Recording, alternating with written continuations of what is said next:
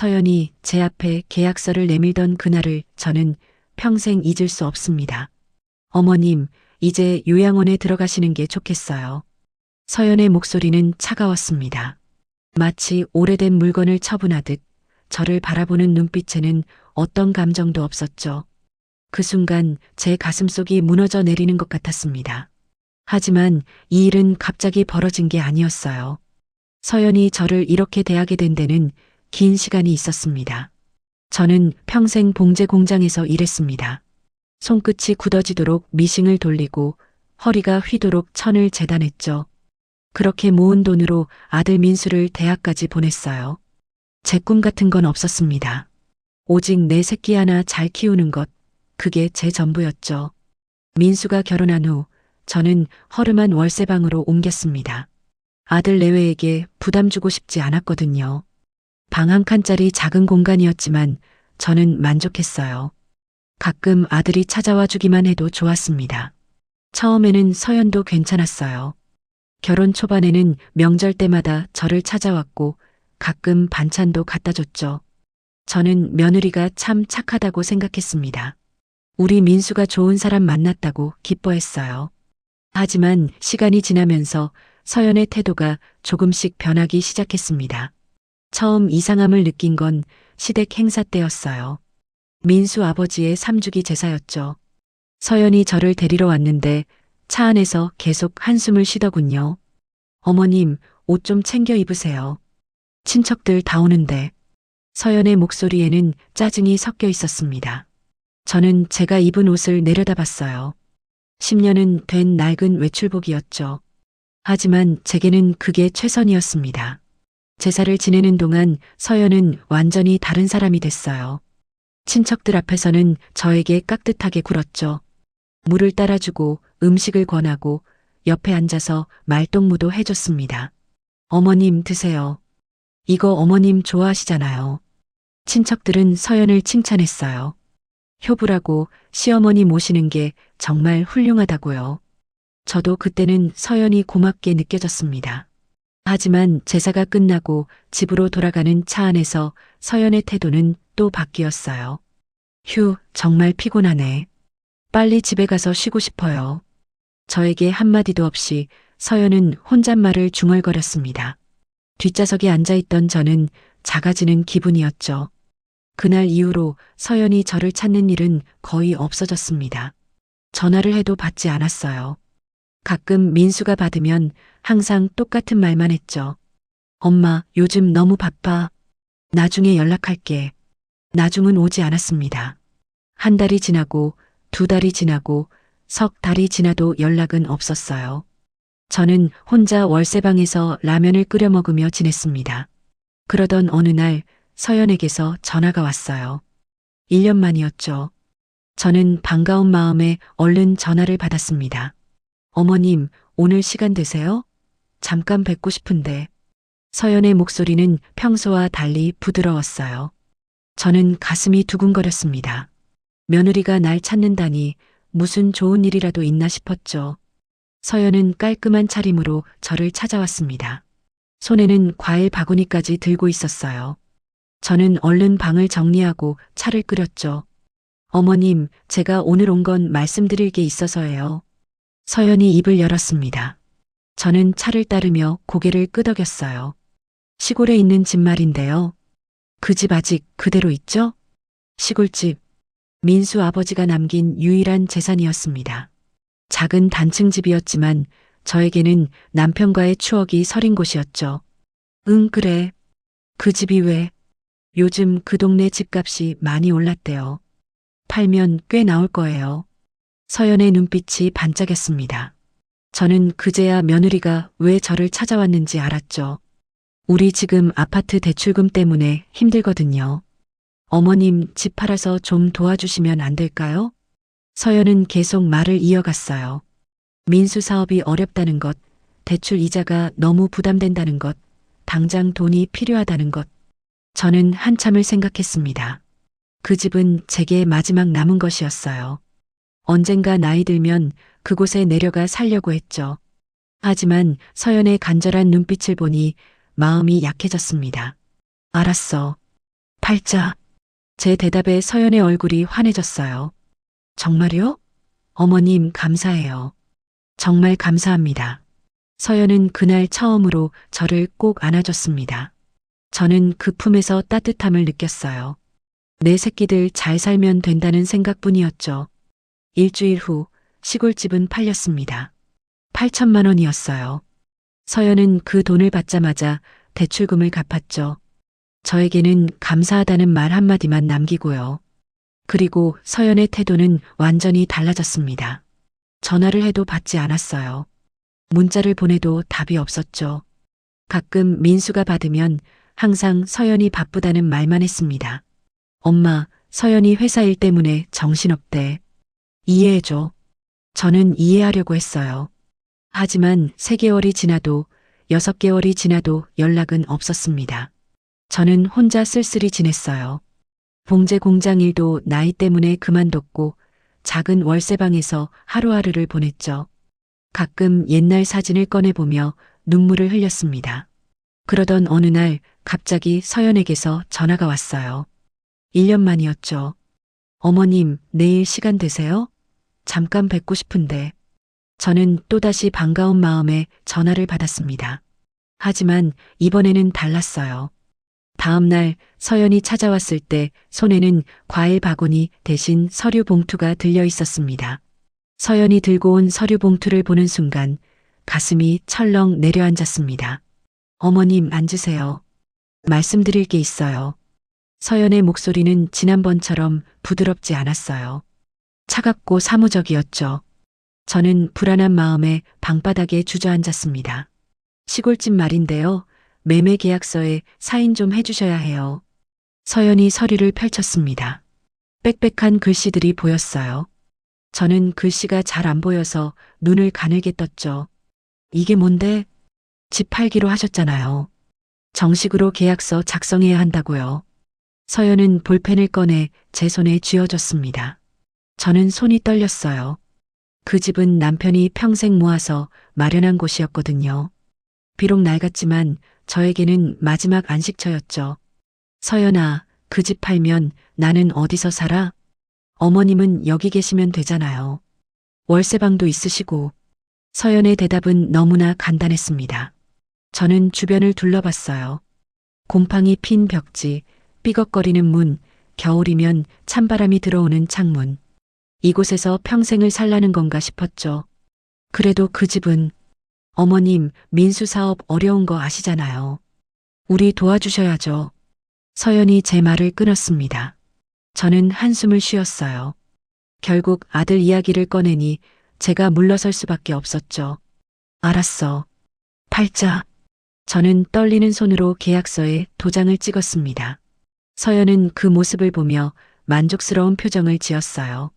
제 가슴은 무너지는데 서연의 얼굴에는 미소가 번졌죠. 감사해요, 어머님. 우리 정말 힘들었거든요. 서연은 서류를 챙겨 넣으며 일어섰습니다. 커피 한 잔도 마시지 않고 30분 만에 떠났어요. 저는 빈 방에 혼자 남아 멍하니 앉아 있었죠. 며칠 후 시골집이 팔렸다는 소식을 들었습니다. 8천만 원이었어요. 제 평생 저축보다 많은 돈이었죠. 서연은 그 돈으로 강남에 있는 아파트 대출금을 갚았습니다. 어머님 덕분에 숨통이 트였어요. 정말 감사해요. 서연이 전화로 말했습니다. 저는 괜찮다고, 내 새끼들 잘 살면 된다고 대답했어요. 하지만 가슴 한쪽이 텅 빈 것 같았죠. 그게 마지막이었습니다. 일주일이 지나고 한 달이 지나도 서연에게서 연락이 없었어요. 저는 처음에는 바빠서 그런가 보다 했죠. 대출금도 갚았으니 정신없을 거라고 생각했습니다. 2달째 저는 민수에게 전화를 걸었어요. 몇 번을 울려도 받지 않더군요. 문자를 보냈지만 답도 없었습니다. 왜 전화를 안 받는 거야? 저는 혼잣말을 중얼거리며 핸드폰을 내려놨어요. 마음이 불안했습니다. 3달째 우연히 민수가 전화를 받았습니다. 엄마, 왜? 목소리가 차갑더군요. 예전에 다정한 아들이 아니었어요. 민수야, 요즘 어떻게 지내니? 엄마가 보고 싶어서. 엄마, 나 바빠. 나중에 연락할게. 뚝 전화가 끊겼습니다. 저는 핸드폰을 들고 한참을 멍하니 있었어요. 가슴이 먹먹했죠. 넉 달째 저는 직접 아들 집에 찾아갔습니다. 강남의 고급 아파트였어요. 저는 초라한 옷차림에 과일 바구니 하나 들고 현관문 앞에 섰죠. 초인종을 눌렀습니다. 한참 후에 서연이 문을 열었어요. 어머님? 왜 오셨어요? 서연의 얼굴에는 놀라움과 짜증이 섞여 있었습니다. 저는 괜히 온 것 같아 죄송스러웠어요. 그냥 애들 얼굴 보고 싶어서. 지금은 좀 곤란한데요. 오실 거면 미리 연락하시지. 서연은 문을 반쯤만 열어놨습니다. 저를 집 안으로 들릴 생각이 없었어요. 저는 현관 밖에 서서 과일 바구니를 내밀었죠. 이거라도 받아. 괜찮아요. 우리 과일 많아요. 서연이 손사래를 쳤습니다. 저는 바구니를 든 채 서 있었어요. 무안했죠. 민수는 집에 있어? 회사 갔어요. 요즘 바빠서 늦게 들어와요. 서연의 대답은 짧았습니다. 더 이상 할 말이 없었어요. 저는 그냥 돌아섰죠. 그래, 그럼 나는 갈게. 네, 조심히 가세요. 서연은 바로 문을 닫아버렸습니다. 저는 복도에 혼자 서서 눈물을 참았어요. 엘리베이터를 타고 내려오면서 과일 바구니를 내려다봤죠. 제 팔만 무거워졌습니다. 그 후로도 저는 몇 번 더 연락을 시도했어요. 하지만 민수도 서연도 전화를 받지 않았죠. 가끔 민수가 받아도 항상 똑같은 말만 했습니다. 엄마 바빠. 나중은 오지 않았어요. 5달째 저는 건강이 나빠지기 시작했습니다. 혼자 지내는 게 외로워서인지 밥맛도 없고 잠도 안 왔어요. 혈압약을 먹어야 했는데 돈이 없어서 약도 제대로 못 샀죠. 6달째 저는 쓰러졌습니다. 월세방 화장실에서였어요. 어지러워서 비틀거리다가 그대로 바닥에 넘어졌죠. 한참을 누워 있다가 겨우 일어났습니다. 그날 저녁 저는 용기를 내서 서연에게 전화를 걸었어요. 어머님, 왜 전화하셨어요? 서연의 목소리에는 짜증이 가득했습니다. 서연아, 나 요즘 몸이 안 좋아서 병원 좀 가야 할 것 같은데. 병원은 혼자 가세요. 우리 바빠요. 그래도 어머님, 이제 우리도 우리 살기 바빠요. 혼자 해결하세요. 뚝 전화가 끊겼습니다. 저는 핸드폰을 들고 주저앉았어요. 눈물이 주르륵 흘렀죠. 내가 뭘 잘못했나? 집도 팔아줬는데, 평생 아들 뒷바라지 했는데, 왜 이렇게 대하는 건가? 그날 밤 저는 잠을 이룰 수 없었습니다. 천장을 바라보며 지난 세월을 떠올렸어요. 봉제 공장에서 손가락에 피가 나도록 일하던 날들, 민수 학비 마련하려고 밤낮 없이 일하던 시간들, 그 모든 게 무엇을 위한 것이었나 싶었죠. 7달째 제 통장에는 20만 원밖에 남지 않았습니다. 월세는 밀렸고 관리비도 못 냈어요. 집주인이 찾아와서 독촉했죠.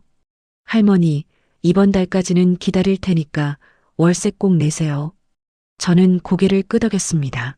하지만 어디서 돈을 구하겠어요. 저는 마지막으로 민수에게 전화를 걸었습니다. 5번을 걸어서 겨우 받더군요. 엄마 뭐야? 왜 이렇게 전화해? 민수야, 미안한데 엄마 월세가 밀려서 조금만 도와줄 수 없을까? 엄마, 나도 돈 없어. 회사 일도 어렵고 50만 원만, 아니 30만 원만. 엄마, 그만해. 나도 힘들다고. 민수의 목소리가 높아졌습니다. 저는 움츠러들었어요. 알았어, 미안하다. 엄마, 이제 연락 좀 자주 하지 마. 우리 바빠. 그 말을 끝으로 민수는 전화를 끊었습니다. 저는 핸드폰을 놓고 한참을 울었어요. 평생 처음으로 아들이 원망스러웠죠. 그리고 그날 밤 서연에게서 문자가 왔습니다. 어머님, 내일 시간 되시죠? 중요한 얘기가 있어요. 저는 그 문자를 보며 가슴이 철렁했어요. 무슨 일인지는 몰랐지만 좋은 일은 아닐 것 같았습니다. 다음 날 서연이 제 월세방을 찾아왔을 때 손에는 또다시 서류 봉투가 들려 있었습니다. 그리고 그 봉투 안에는 제 인생을 바꿀 충격적인 내용이 담겨 있었죠. 며느리. 서연은 소파에 앉지도 않았습니다. 현관 앞에 서서 서류 봉투를 꺼냈어요. 어머님, 이거 좀 보세요. 서연이 건넨 서류를 받아든 순간 저는 눈을 의심했습니다. 요양원 입소 계약서였어요. 이게 무슨... 어머님, 솔직히 말씀드릴게요. 이제 남은 재산도 없으시잖아요. 서연의 목소리는 냉정했습니다. 저는 서류를 들고 손이 떨렸어요. 시골집도 팔았고 어머님 혼자 계시기 힘드실 거예요. 요양원에 들어가시는 게 좋겠어요.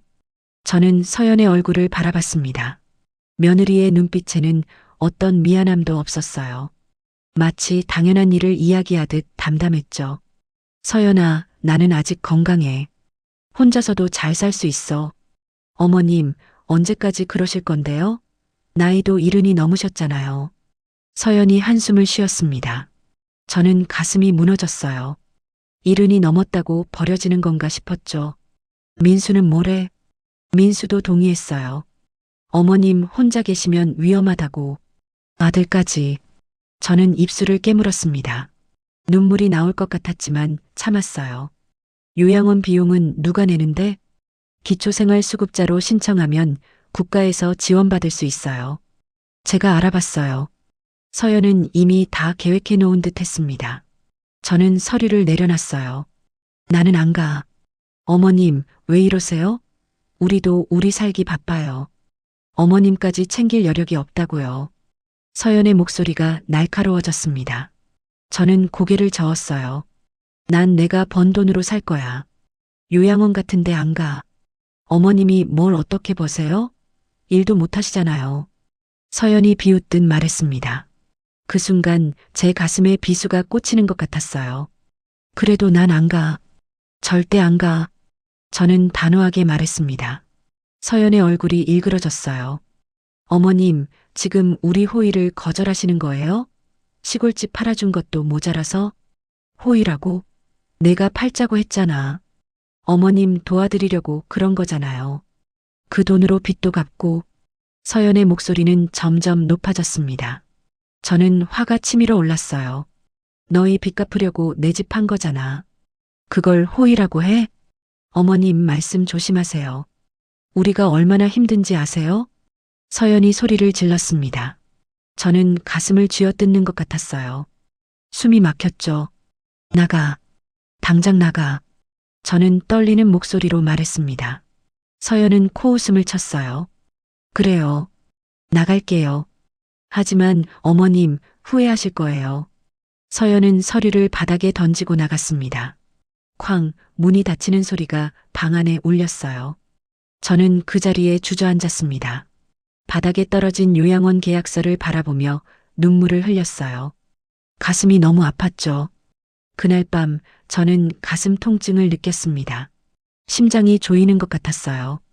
숨을 쉬기가 힘들었죠. 저는 침대에 누워 천장을 바라봤습니다. 이러다 죽는 건 아닐까? 그런 생각이 들었어요. 새벽 2시쯤 통증이 심해졌습니다. 저는 119에 전화를 걸었어요. 할머니, 괜찮으세요? 금방 갈게요. 구급대원의 목소리가 들렸습니다. 저는 대답도 제대로 못했어요. 병원 응급실에 실려갔습니다. 의사가 검사를 하더니 심각한 표정으로 말했어요. 협심증이에요. 스트레스를 많이 받으셨나 봅니다. 입원해야 하나요? 일단 3일 정도는 입원하셔야 해요. 의사의 말에 저는 한숨을 쉬었습니다. 입원비가 걱정됐어요. 간호사가 보호자 연락처를 물었습니다. 저는 민수 번호를 불러줬어요. 하지만 민수는 전화를 받지 않았죠. 할머니, 보호자분이 전화를 안 받으시네요. 괜찮아요. 혼자 있을게요. 저는 쓸쓸하게 대답했습니다. 간호사가 안타까운 눈빛으로 저를 바라봤어요. 병실로 옮겨진 후 저는 혼자 누워 있었습니다. 옆 침대에는 가족들이 북적거렸어요. 손자가 할머니 손을 잡고 며느리가 과일을 깎아주고 있었죠. 저는 천장만 바라봤습니다. 제게는 아무도 없었어요. 다음 날 아침 민수에게서 문자가 왔습니다. 엄마, 병원 갔다던데? 괜찮아? 저는 전화를 걸었습니다. 민수가 받았어요. 민수야, 엄마 입원했어. 올 수 있어? 엄마, 나 지금 출장 중이야. 못 가. 그래도, 엄마, 병원비는 어떻게 해? 건강보험 있지? 민수는 제 걱정보다 돈 걱정을 먼저 했습니다. 저는 말문이 막혔어요. 응, 있어. 그럼 됐네. 나중에 연락할게. 민수는 그렇게 전화를 끊었습니다. 저는 핸드폰을 내려놓고 눈물을 흘렸어요. 이틀째 되는 날 서연이 병원에 왔습니다. 저는 놀랐어요. 혹시 마음을 바꾼 건가 싶었죠. 어머님, 몸은 좀 어때요? 서연의 목소리는 차가웠습니다. 걱정하는 척이었어요. 괜찮아. 병원비는 얼마나 나왔어요? 서연이 물었습니다. 저는 고개를 돌렸어요. 아직 몰라. 많이 나오면 큰일인데. 어머님 통장에 돈 있어요? 서연은 병원비 걱정만 했습니다. 제 건강은 관심도 없었어요. 내가 알아서 할게. 에휴, 나중에 우리한테 돈 달라고 하지 마세요. 서연이 한숨을 쉬며 말했습니다. 저는 이불을 머리까지 덮었어요. 더 이상 서연 얼굴을 보고 싶지 않았죠. 그럼 저 갈게요. 빨리 퇴원하세요. 서연은 10분도 안 돼서 나갔습니다. 과일 하나, 물 한 병 놓고 가지 않았어요. 병실을 나가면서 서연이 전화하는 소리가 들렸습니다. 여보세요? 보험사죠? 김정순이라고. 혹시 사망보험금이 얼마나 되는지. 저는 귀를 의심했습니다. 사망보험금이라고요? 저는 이불 속에서 숨을 죽였어요. 네, 계약자가 시어머니인데요. 수익자가 저희로 되어 있거든요. 서연의 목소리가 복도에서 들렸습니다. 저는 온몸이 얼어붙었어요. 제가 죽기를 기다리는 건가? 보험금을 노리는 건가? 그 순간 모든 게 명확해졌습니다. 서연이 저를 요양원에 보내려 한 이유, 병원비를 걱정한 이유, 모든 게 돈 때문이었어요. 저는 이불 속에서 주먹을 쥐었습니다. 분노가 치밀어 올랐죠. 사흘째 되는 날 저는 퇴원 수속을 밟았습니다. 의사가 말렸어요. 할머니, 아직 안정이 필요해요. 괜찮아요. 집에서 쉴게요. 저는 고집을 부렸습니다. 병원비만 100만 원이 넘게 나왔어요. 더 있을 수 없었죠. 월세방으로 돌아온 저는 짐을 쌌습니다. 옷 몇 벌과 통장, 도장만 챙겼어요. 그리고 핸드폰을 껐습니다. 저는 조용히 방문을 잠그고 나왔어요. 집주인에게 미안하다는 쪽지만 남기고요. 어디로 가야 할지 몰랐습니다. 하지만 한 가지는 확실했어요. 이제 저는 가난하고 외로운 시어머니가 아니었습니다. 진짜 제 모습을 찾아갈 시간이었죠. 저는 월세방을 나와 지하철역으로 향했습니다. 손에는 낡은 가방 하나뿐이었어요. 플랫폼에 서서 열차를 기다리는 동안 지난 시간들이 주마등처럼 스쳐 지나갔습니다. 봉제 공장에서 일하던 날들, 아들을 키우던 시절, 그리고 며느리에게 배신당한 순간들. 열차가 들어왔습니다. 저는 망설임 없이 올라탔어요. 어디로 가는지도 몰랐습니다. 그냥 멀리, 아주 멀리 가고 싶었죠. 종점까지 갔습니다. 낯선 동네였어요. 저는 역 앞 벤치에 앉아 한참을 생각했습니다. 이제 어떻게 살아야 하나? 20살도 안 된 돈으로 얼마나 버틸 수 있을까? 그때 핸드폰이 울렸습니다. 꺼놨다고 생각했는데 아직 켜져 있었어요. 민수였죠. 저는 핸드폰을 바라봤습니다. 받을까 말까? 고민하다가 결국 전원을 껐어요. 더 이상 아들의 목소리를 듣고 싶지 않았습니다. 근처 모텔을 찾았습니다. 하룻밤에 3만 원이었어요. 저는 방에 들어가 짐을 풀었죠. 거울을 봤습니다. 초라한 할머니가 서 있었어요. 주름진 얼굴, 빛바랜 옷, 구부정한 어깨. 이게 내 모습이구나. 저는 쓸쓸하게 웃었습니다. 하지만 이건 진짜 제 모습이 아니었어요. 저는 가방에서 낡은 수첩을 꺼냈습니다. 30년 동안 한 번도 열어보지 않은 수첩이었죠. 첫 페이지를 펼쳤습니다. 거기에는 숫자들이 빽빽하게 적혀 있었어요. 계좌번호, 비밀번호, 회사 이름들. 저는 수첩을 보며 깊은 숨을 쉬었습니다. 이제 돌아갈 시간이구나. 다음 날 아침 저는 은행을 찾았습니다. 30년 만에 처음이었어요. 어떻게 오셨어요? 창구 직원이 물었습니다. 저는 수첩에 적힌 계좌번호를 보여줬어요. 이 계좌 조회 좀 해주세요. 직원이 컴퓨터를 두드렸습니다. 잠시 후 직원의 얼굴이 굳어졌어요. 고객님, 잠시만 기다려 주시겠어요? 직원이 어디론가 전화를 걸었습니다. 5분 후 지점장이 나왔어요. 회장님, 이쪽으로 오시죠. 지점장은 저를 VIP실로 안내했습니다. 저는 소파에 앉았어요. 30년 만입니다. 계좌가 그대로 있네요. 저는 담담하게 말했습니다. 지점장이 고개를 숙였어요. 회장님, 그동안 어디 계셨습니까? 회사에서 찾고 있었습니다. 잠깐 시험을 하고 있었어요. 저는 짧게 대답했습니다. 더 이상 설명하고 싶지 않았죠. 계좌에는 500억 원이 넘는 돈이 있었습니다. 이자만 쌓여도 어마어마한 금액이었어요. 인출하시겠습니까? 아니요, 그냥 확인만 하려고요. 저는 자리에서 일어났습니다. 지점장이 명함을 건넸어요. 필요하신 게 있으면 언제든 연락 주세요. 저는 명함을 받아 가방에 넣었습니다. 은행을 나온 저는 택시를 탔어요. 기사에게 주소를 불러줬죠. 서초구 반포동으로 가주세요. 30년 만에 가보는 곳이었습니다. 택시가 도착한 곳은 고급 주택가였어요. 큰 저택들이 줄지어 서 있었죠. 저는 한 저택 앞에 섰습니다. 3층짜리 양옥이었어요. 정원도 넓고 깔끔했죠. 대문을 열었습니다. 비밀번호는 아직도 기억하고 있었어요. 집 안으로 들어갔습니다. 먼지가 쌓여 있었지만 가구들은 그대로였어요. 거실 벽에는 액자가 걸려 있었습니다. 젊은 시절 제 사진이었죠. 봉제 공장을 운영하던 때였어요. 저는 액자를 바라보며 옛 기억을 떠올렸습니다. 25에 시작한 작은 봉제 공장. 10명도 안 되는 직원들과 밤낮 없이 일했죠. 30에는 공장이 3개로 늘어났습니다. 40에는 가구 사업까지 시작했어요.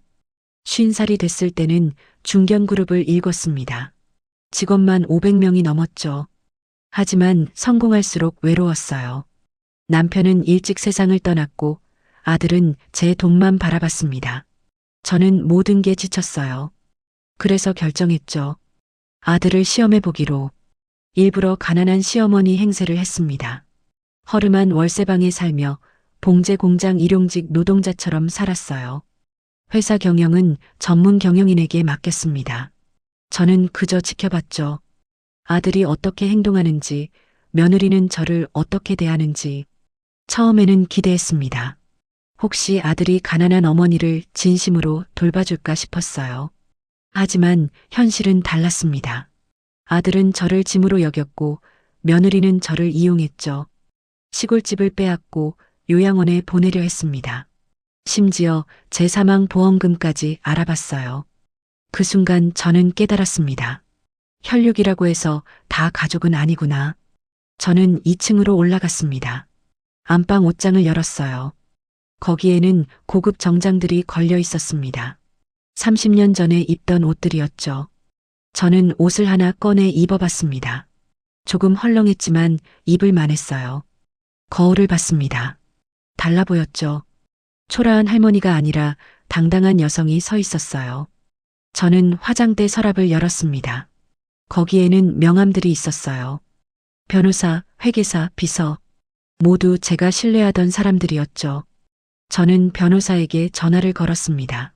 여보세요, 김 변호사님? 저 김정순입니다. 회장님? 정말 회장님이십니까? 변호사의 목소리가 떨렸어요. 네, 저예요. 내일 사무실로 찾아가겠습니다. 준비할 게 있어요. 무엇이든 준비하겠습니다. 저는 전화를 끊고 창밖을 바라봤습니다. 서울 시내가 한눈에 보였어요. 저 아래 어딘가에 아들 내외가 살고 있겠죠. 제가 가난한 시어머니인 줄 알고요. 저는 입가에 미소를 지었습니다. 곧 알게 될 거예요. 자기들이 누구를 버렸는지. 일주일 후 저는 회사를 찾아갔습니다. 명동에 있는 본사 건물이었어요. 경비가 저를 막았습니다. 할머니, 여기는 함부로 못 들어옵니다. 김정순 회장입니다. 사장에게 연락해 보세요. 경비가 의아한 표정으로 전화를 걸었어요. 잠시 후 사장이 직접 내려왔습니다. 회장님, 사장이 깊이 고개를 숙였습니다. 경비는 놀란 표정으로 저를 바라봤어요. 30년 만입니다. 저는 담담하게 말했습니다. 사장이 앞장서서 저를 안내했어요. 회장실은 그대로였습니다. 제가 떠난 그날처럼요.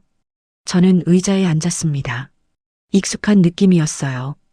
이제 돌아왔습니다. 취임식을 준비하세요. 알겠습니다, 회장님.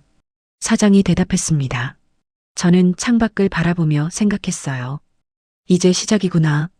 민수 내외에게 보여줄 시간이 왔습니다. 취임식 준비는 빠르게 진행됐습니다. 사장은 제 지시대로 움직였어요. 회장님, 초대 명단을 확인해 주세요. 사장이 서류를 건넸습니다.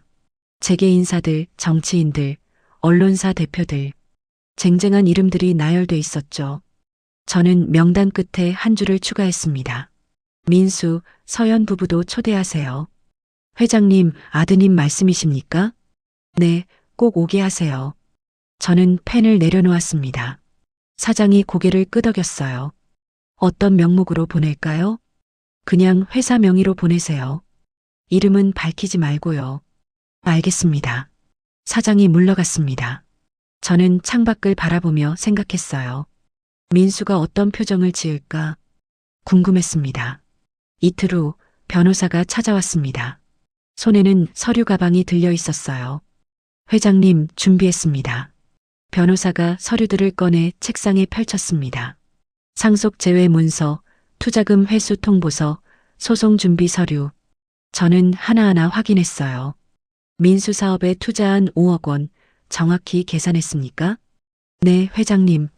3년 전 사업 자금으로 지원하신 2억 원, 2년 전 확장 자금 2억 원, 작년 운영 자금 1억 원, 총 5억 원입니다. 변호사가 명세서를 보여줬습니다. 저는 고개를 끄덕였어요. 전액 회수 통보하세요. 부당 이득으로요. 알겠습니다. 그런데 회장님, 아드님이 갚을 능력이 있을까요? 없겠죠. 하지만 그게 중요한 게 아닙니다. 저는 서류에 서명했습니다. 변호사가 조심스럽게 물었어요. 회장님, 정말 이렇게까지 하셔야 합니까? 김 변호사, 당신은 며느리가 제 사망 보험금을 알아본 걸 몰라요. 저는 차갑게 말했습니다. 변호사가 입을 다물었죠. 제가 죽기를 바라는 자식에게 무슨 정을 주겠어요. 죄송합니다. 변호사가 고개를 숙였습니다. 일주일 후 민수에게 초대장이 배달됐습니다. 저는 그날 오후에 몰래 민수 아파트 근처 카페에 앉아 있었어요.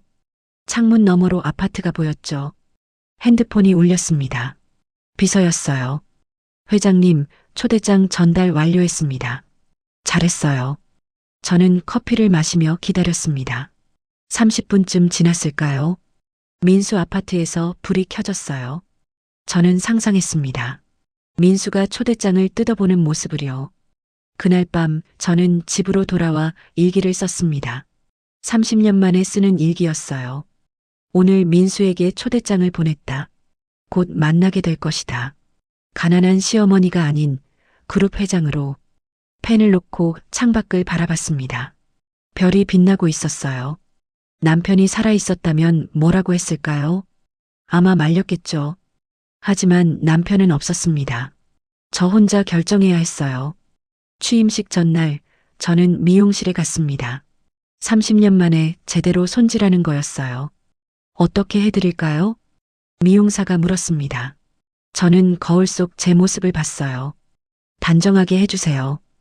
회장처럼 보이게요. 네, 알겠습니다. 3시간이 걸렸습니다. 파마하고 염색하고 화장도 했어요. 거울을 봤을 때 저는 깜짝 놀랐습니다. 전혀 다른 사람 같았어요. 초라한 할머니가 아니었습니다. 당당한 회장이 서 있었죠. 마음에 드세요? 완벽해요. 저는 미소를 지었습니다. 집으로 돌아와 옷을 골랐어요. 검은색 정장에 진주 목걸이를 했습니다. 구두는 7cm 굽이었어요. 오랜만에 신으니 발이 아팠지만 참았죠. 거울 앞에 섰습니다. 회장 김정순이 서 있었어요. 이제 시작이야. 저는 스스로에게 말했습니다. 취임식 당일 아침 저는 일찍 일어났습니다. 떨렸어요. 30년 만에 대중 앞에 서는 거였죠. 하지만 긴장되는 건 그게 아니었습니다. 민수를 만난다는 게 떨렸어요. 차가 대기하고 있었습니다. 저는 차에 올라탔어요. 호텔로 가주세요. 기사가 출발했습니다. 차창 밖으로 서울 풍경이 지나갔어요. 30년 전과 많이 달라진 도시였습니다. 빌딩도 높아지고 차도 많아졌죠. 하지만 사람들의 욕심은 변하지 않았어요. 호텔에 도착했습니다. 그랜드 볼룸에는 이미 사람들이 모여 있었어요. 저는 대기실로 갔습니다. 사장이 기다리고 있었죠. 회장님, 하객들이 다 모였습니다. 민수도 왔어요? 네, 10분 전에 도착했습니다. 저는 깊게 숨을 쉬었습니다. 드디어구나. 시작하죠. 알겠습니다. 사장이 나갔습니다. 저는 거울을 봤어요. 화장이 번지지 않았나 확인했습니다. 옷매무새도 다시 정리했죠. 밖에서 사회자의 목소리가 들렸어요. 그럼 지금부터 명예회장 취임식을 시작하겠습니다. 박수 소리가 울렸습니다. 저는 문 앞에 섰어요. 회장님, 입장하시죠. 비서가 문을 열었습니다. 저는 한 걸음 내디뎠어요. 볼륨이 보였습니다. 200명이 넘는 사람들이 앉아 있었죠. 저는 천천히 걸었습니다. 사람들이 일어나서 박수를 쳤어요. 제 눈은 한 곳을 향했습니다. 맨 뒤쪽 테이블. 거기 민수가 있었어요. 서연도 옆에 앉아 있었죠. 민수의 얼굴이 보였습니다. 눈이 휘둥그레졌어요. 서연은 입을 벌린 채 얼어붙어 있었죠. 저는 그들을 똑바로 바라보며 걸었습니다. 연단에 올랐습니다. 마이크 앞에 섰어요. 안녕하십니까? 저는 대한가구 그룹 명예회장 김정순입니다. 제 목소리가 볼륨에 울려 퍼졌습니다. 민수의 얼굴이 하얗게 질렸어요. 서연은 의자를 붙잡고 있었죠. 오늘 이 자리에 서게 돼 감회가 새롭습니다. 30년 만입니다. 저는 준비한 원고를 봤어요. 하지만 읽지 않았죠. 저는 지난 30년간 한 가지 실험을 했습니다. 사람들이 웅성거렸습니다. 제 자식이 진짜 저를 사랑하는지 시험했어요. 볼륨이 조용해졌습니다. 모두가 귀를 기울였죠. 가난한 시어머니로 살았습니다. 허름한 월세방에서 지냈어요. 민수가 고개를 떨구었습니다. 그 결과를 오늘 발표하겠습니다. 저는 민수를 똑바로 바라봤어요. 제 아들은 시험에 떨어졌습니다. 볼륨이 술렁였습니다. 기자들이 카메라를 들었어요. 저는 계속 말을 이어갔습니다. 오늘 이 자리에 그 아들 내외가 와 있습니다. 모든 시선이 민수에게 향했습니다. 민수와 서연의 얼굴은 흑빛이 됐어요. 그 순간이 오고 있었습니다. 복수의 순간이요. 500억 원 앞에서 무너진 며느리. 민수가 자리에서 벌떡 일어났습니다. 얼굴이 새하얗게 질려 있었어요. 엄마, 이게 무슨... 앉으세요. 저는 차갑게 말했습니다. 민수가 주저앉았어요. 다리에 힘이 풀린 것 같았죠. 서연은 테이블을 움켜쥐고 있었습니다. 손이 하얗게 질릴 정도로요. 여러분, 제 이야기를 들어주세요. 저는 마이크를 잡고 천천히 말했습니다. 저는 25에 봉제 공장을 시작했습니다. 손가락이 피로 물들도록 일했어요. 사람들이 조용히 들었습니다. 30살에는 공장 3개를 운영했고 40에는 가구 사업을 시작했죠. 50살이 됐을 때 이 그룹을 읽었습니다. 저는 볼륨을 둘러봤어요. 모두가 집중하고 있었죠. 하지만 성공할수록 외로웠습니다. 남편은 일찍 세상을 떠났고 아들은 제 돈만 바라봤어요.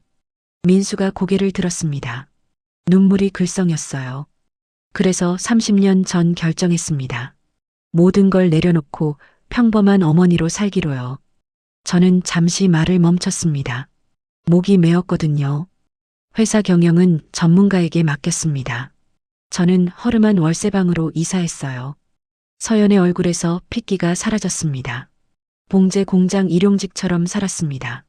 제 아들이 가난한 어머니를 어떻게 대하는지 보고 싶었거든요. 저는 민수를 똑바로 바라봤어요. 처음에는 기대했습니다. 혹시 아들이 진심으로 저를 돌봐줄까 싶었죠. 민수가 고개를 떨궜습니다. 하지만 현실은 달랐습니다. 제 아들과 며느리는 저를 짐으로 여겼어요. 저는 목소리를 높였습니다. 시댁 행사 때만 저를 데려갔죠. 사람들 앞에서만 효부 행세를 했습니다. 기자들이 메모를 했어요. 그리고 제가 가진 마지막 재산, 시골집을 빼앗았습니다. 서연이 의자에서 미끄러질 듯 흔들렸어요. 며느리는 그 돈으로 자기 아파트 대출금을 갚았죠. 8천만 원이었습니다. 볼륨이 술렁거렸습니다. 집을 팔아준 후 연락이 끊겼습니다. 전화해도 받지 않았어요. 저는 떨리는 목소리로 계속했습니다. 그러다 며느리가 다시 찾아왔습니다. 손에는 요양원 계약서를 들고요. 사람들이 숨을 죽였습니다. 이제 남은 재산도 없으니 요양원에 들어가라고 했어요. 저는 그 충격에 쓰러져 병원에 실려갔습니다. 민수가 두 손으로 얼굴을 가렸습니다. 병원에 입원했을 때도 아무도 오지 않았어요. 며느리는 딱 한 번 왔죠. 저는 서연을 바라봤습니다. 병원비 걱정만 하더군요. 그리고 나가면서 보험사에 전화했습니다. 서연의 입술이 파르르 떨렸어요. 제 사망 보험금이 얼마인지 알아봤습니다. 제가 죽기를 기다린 거예요. 볼륨에서 탄식이 터져 나왔습니다. 저는 마이크를 꽉 쥐었습니다. 손이 떨렸어요. 그 순간 깨달았습니다. 혈육이라고 해서 다 가족은 아니구나. 저는 눈물을 닦았습니다. 여러분, 제 앞에 있는 저 두 사람을 보세요. 모든 시선이 민수와 서연에게 쏠렸습니다. 저들은 가난한 시어머니를 버렸습니다. 요양원에 보내려 했고 죽기를 기다렸어요. 민수가 일어나려 했습니다. 하지만 다리에 힘이 없었죠. 하지만 저들은 몰랐습니다. 그 가난한 시어머니가 500억 원대 자산을 가진 그룹 회장이라는 거요.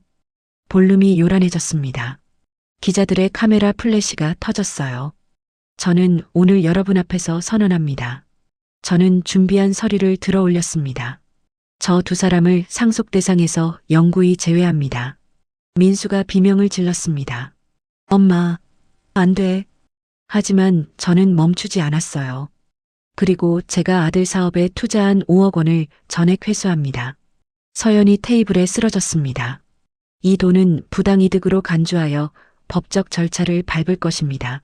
저는 변호사를 바라봤어요. 변호사가 고개를 끄덕였죠. 또한 요양원 계약서를 들이밀며 저를 버리려 한 것, 부양 의무를 위반한 것에 대해 법적 책임을 묻겠습니다. 민수가 연단으로 뛰어왔습니다. 엄마, 제발. 우리가 잘못했어요.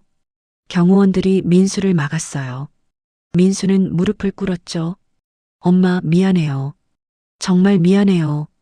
저는 민수를 내려다봤습니다. 눈물을 흘리는 아들을요. 민수야. 저는 차갑게 말했습니다. 내가 미안한 건 나를 버린 게 아니야. 500억을 놓친 게 미안한 거지. 민수가 고개를 들었습니다.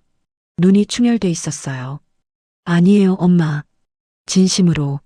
입 닫혀. 저는 손을 들어 민수를 제지했습니다. 너는 가난한 엄마가 필요 없었어. 돈 있는 엄마만 원했지. 민수가 바닥에 엎드렸습니다. 엄마, 제발 한 번만 용서해 주세요. 저는 고개를 돌렸어요. 더 이상 보고 싶지 않았죠. 서연이 비틀거리며 다가왔습니다. 어머님, 저희가 정말 잘못했어요. 다시는 안 그럴게요. 서연이 제 발을 붙잡았습니다. 저는 발을 빼냈어요. 서연 씨, 당신은 저를 어머니라고 부를 자격이 없어요. 어머님, 당신은 제 사망 보험금을 알아봤어요. 제가 죽기를 바랐죠. 서연의 얼굴이 새하얘졌습니다. 그건 오해예요. 오해? 병원 복도에서 보험사 직원과 통화하는 걸 제가 직접 들었어요. 서연이 주저앉았습니다. 저는 마이크를 향해 마지막 말을 했습니다. 여러분, 제가 이 자리에서 이런 말을 하는 이유는 경고하기 위해서입니다. 사람들이 귀를 기울였어요. 돈만 보고 사람을 대하면 이렇게 됩니다. 모든 걸 잃게 돼요. 저는 민수와 서연을 마지막으로 바라봤습니다. 인간의 도리를 저버린 대가입니다. 저는 연단에서 내려왔습니다. 사람들이 박수를 쳤어요. 민수와 서연은 바닥에 주저앉아 통곡했습니다. 500억 원을 눈앞에서 놓친 충격이었죠. 하지만 저는 뒤돌아보지 않았습니다. 제게는 더 중요한 일이 남아 있었으니까요. 진짜 가족을 만날 시간이었습니다. 챕터 7 통쾌한 징벌과 최후의 선택. 저는 볼룸을 빠져나왔습니다. 뒤에서 민수의 울부짖는 소리가 들렸지만 신경 쓰지 않았어요. 대기실로 돌아온 저는 의자에 앉아 깊게 숨을 쉬었습니다. 온몸이 떨렸어요. 30년 동안 품었던 감정들을 쏟아낸 거였죠. 회장님, 괜찮으십니까? 비서가 물 한 잔을 건넸습니다. 저는 받아 마셨어요. 괜찮아요. 이제 시작일 뿐이에요. 비서가 조심스럽게 말했습니다. 아드님이 밖에서 기다리고 계십니다. 만나시겠습니까? 아니요. 변호사를 보내세요. 알겠습니다. 비서가 나갔습니다. 저는 창밖을 바라봤어요. 서울 하늘이 맑았습니다. 오랜만에 속이 시원했죠. 10분 후 김 변호사가 들어왔습니다. 회장님, 아드님께 통보했습니다. 뭐라고 하던가요? 울면서 용서를 빌었습니다. 하지만 제가 법적 절차를 설명하니 기절할 듯 했어요. 저는 고개를 끄덕였습니다. 서연 씨는요? 계속 바닥에 주저앉아 있었습니다. 500억 원, 500억 원 계속 중얼거리더군요. 변호사의 말에 저는 쓸쓸하게 웃었습니다. 역시 돈이 아까운 거였죠. 저는 아니었어요. 앞으로 절차는 어떻게 되나요? 일주일 내로 5억 원 회수 통보서를 발송합니다. 30일 내로 변제하지 않으면 법적 조치에 들어가요. 부양 의무 위반 소송은요? 자료를 정리 중입니다. 요양원 계약서, 병원 방치 기록, 보험금 조회 녹취록까지 확보했습니다. 변호사가 서류철을 보여줬어요. 두꺼웠죠. 충분한 증거입니다. 승소 확률은 90% 이상입니다. 좋아요. 진행하세요.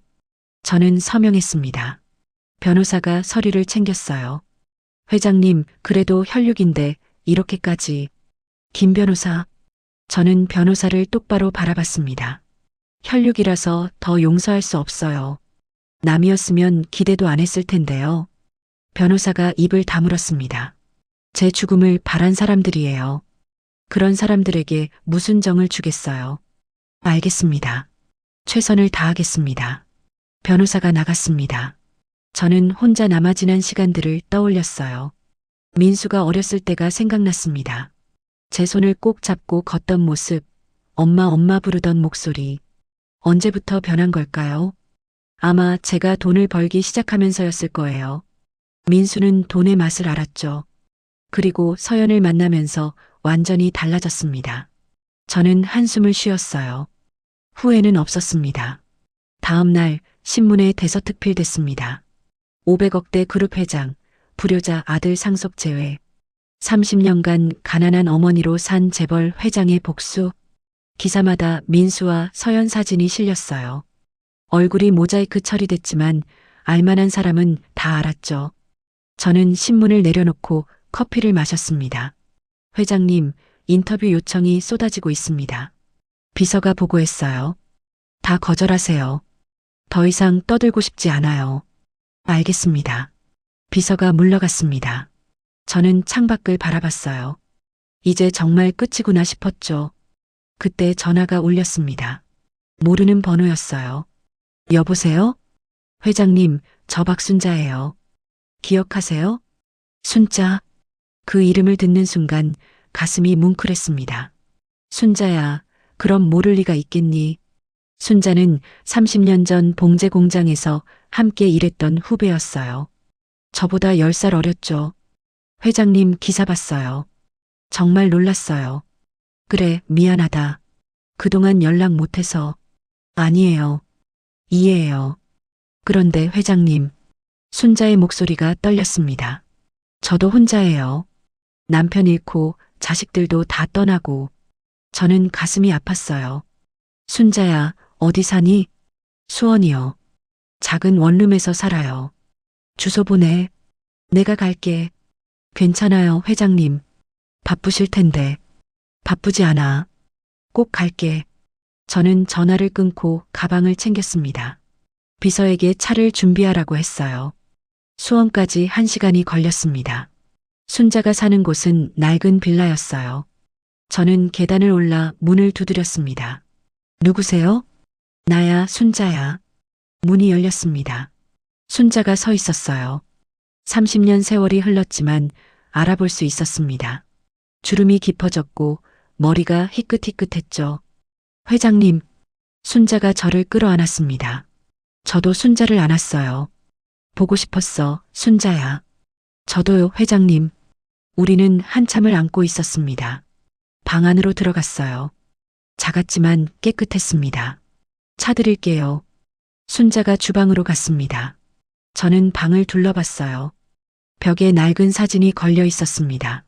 30년 전 공장 직원들 단체 사진이었죠. 제가 가운데 서 있고 순자가 옆에 있었어요. 모두 웃고 있었습니다. 그때가 좋았죠? 순자가 차를 내오며 말했습니다. 그래, 힘들었지만 행복했어. 저는 사진을 바라보며 말했어요. 회장님, 기사 보고 마음이 아팠어요. 순자가 조심스럽게 말했습니다. 아드님이 그렇게 대했다니. 괜찮아. 이제 정리됐어. 저는 차를 마셨습니다. 순자야, 나 혼자 살기로 했어. 자식한테 기대 안 해. 저도 그래요. 딸아들 다 결혼해서 나갔는데 연락도 없어요. 순자의 목소리가 쓸쓸했습니다. 저는 순자 손을 잡았어요. 우리 같이 살자. 네. 순자가 놀란 눈으로 저를 봤습니다. 내 집이 넓어. 같이 살면서 서로 의지하자. 하지만 회장님 소리 그만해. 우리 그냥 친구야. 저는 웃으며 말했습니다. 순자의 눈에 눈물이 고였어요. 정말요? 저 같은 사람이랑요? 그래. 너는 30년 전에도 나를 진심으로 대해줬잖아. 저는 순자를 안았습니다. 진짜 가족은 혈연이 아니라 마음이야. 순자가 울었습니다. 저도 눈물이 났어요. 일주일 후 순자는 제 집으로 이사 왔습니다. 저는 순자에게 2층 방을 내줬어요. 넓고 햇볕이 잘 드는 방이었죠. 정말 이래도 돼요? 순자가 물었습니다. 당연하지. 이제 우리 가족이야. 저는 웃으며 말했습니다. 그리고 변호사를 불렀어요. 순자 씨에게 재산 일부를 증여하겠습니다. 얼마나 하시겠습니까? 50억 원이요. 변호사가 놀란 표정을 지었습니다. 회장님, 그건 너무. 50억이면 순자가 평생 편히 살 수 있어요. 해주세요. 알겠습니다. 일주일 후 순자는 50억 원을 받았습니다. 순자는 울면서 제게 절했어요. 회장님, 이걸 어떻게 받아요? 받아. 너는 자격이 있어. 저는 순자를 일으켰습니다. 너는 30년 전에도 나를 있는 그대로 대해줬어. 돈이 있든 없든. 순자가 고개를 끄덕였습니다.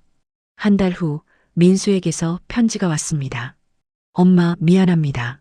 정말 미안합니다. 짧은 편지였어요. 저는 읽고 찢어버렸습니다. 용서할 생각은 없었어요. 그리고 3개월 후 법원에서 판결이 났습니다. 5억 원 전액 회수 판결. 부양 의무 위반으로 민수와 서연에게 벌금 3천만 원. 민수는 회사를 정리해야 했습니다. 서연은 아파트를 팔았죠. 모든 걸 잃었어요. 저는 판결문을 보며 담담했습니다. 후회는 없었어요. 지금 저는 순자와 함께 살고 있습니다. 아침마다 같이 산책하고 저녁에는 차를 마시며 이야기를 나눠요. 진짜 가족이 이런 거구나 싶습니다. 돈이 아니라 마음으로 이어진 관계요. 민수는 가끔 문자를 보냅니다. 하지만 저는 읽지 않아요. 이미 끝난 관계니까요. 저는 창밖을 바라보며 생각합니다. 돈만 보고 인간의 도리를 버린 데가. 민수와 서연은 500억을 잃었지만 저는 진짜 가족을 찾았어요. 누가 더 행복할까요? 답은 명확합니다. 저는 이제 편안합니다. 그리고 행복해요.